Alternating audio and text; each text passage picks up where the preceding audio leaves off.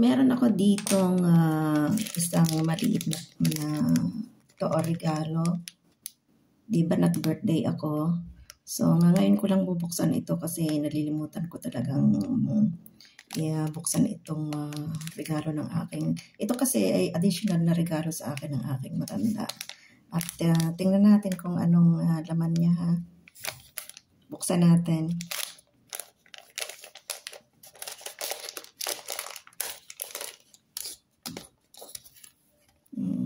Yaya Gold.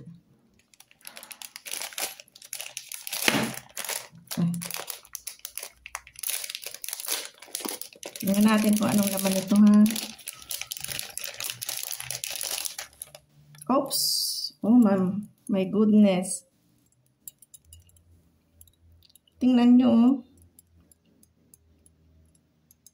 Necklace siya. Necklace. Tapos ito yung pinaka dulo niya oh. May palawit pa siya. So ayan.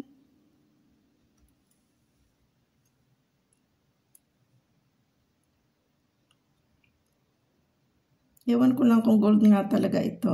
Ang cute eh. Ayan. Ang cute niya, di ba? So, ayan. Salamat sa aking matanda. Kahit kami laging nag-aaway, ay lagi yung may regalo sa akin. So, yun lang guys. Natuwa lang akong ipakita ko sa inyo kung anong binigay sa akin ng aking matanda. Ang cute niya eh, oh. Yan. Salamat sa aking employer na mabait. Kahit makulit, mabait naman.